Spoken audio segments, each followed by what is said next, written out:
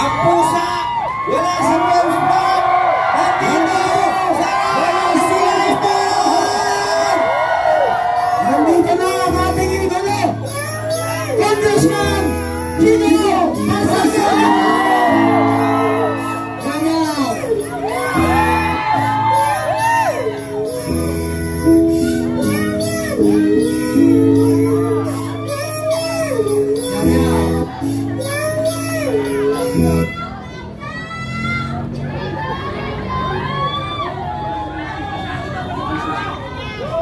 Okay, mamaya mapapakinggan nyo si Congressman Kiko. Magpapahinga lang sandali, ha?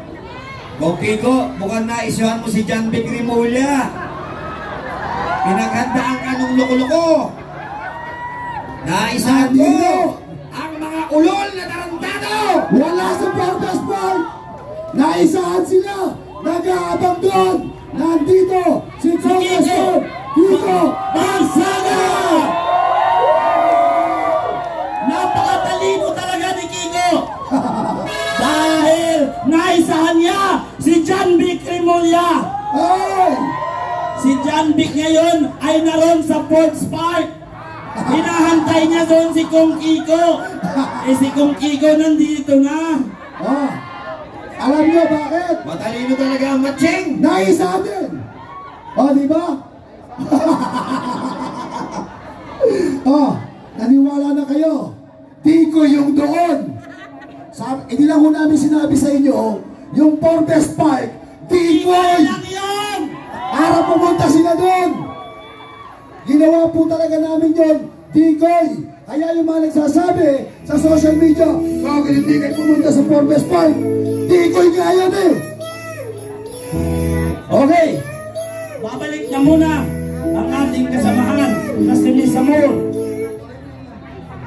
Okay! Ang sakit sa bangs, John Vic. Uy, parang bigla ako naging babae today! Oh my God, nakala ko ba? That's not so fair!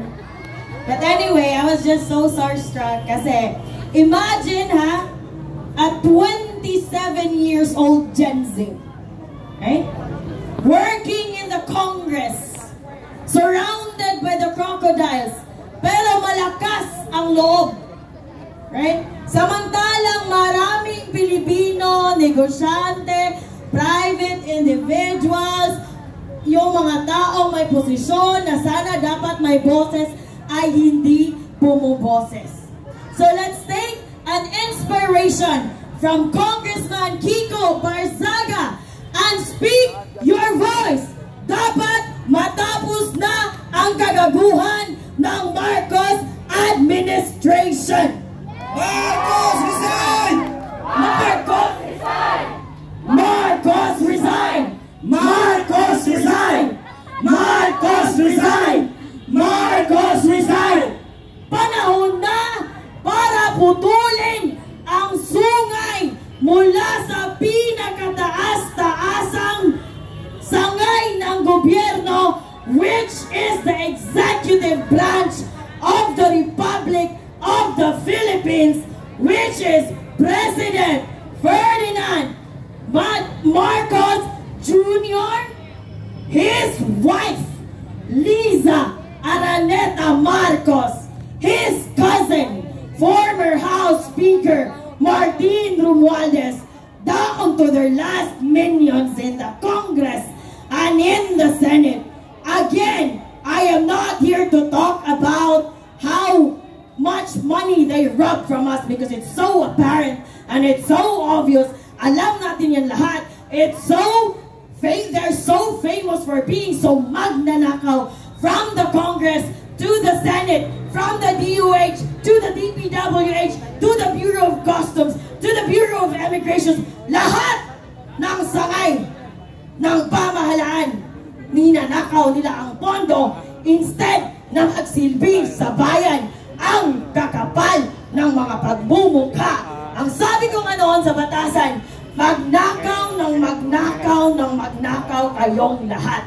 Dahil kahit matiisin ang mga Filipino, may sukdulan ang pagtitiis at galit ng mga Filipino. At huwag na tayo maghintay ng susunod na taon. Ito na ang sukdulan! Tayo nang wakasan ang pamumuno ng isang incompetent drug addict na puppet president of the Republic of the Philippines. Mi amor patria Pilipinas! Kami ang mga Filipino, kahit gaano kalit ang aming boses, kami ay titindig upang protektahan, pangalagaan, at ipagtanggol ang buhay, ang bukas, at pangarap ng bawat isang Pilipino na lumalaban ng batas. Yes! Marcos resign! Marcos resign!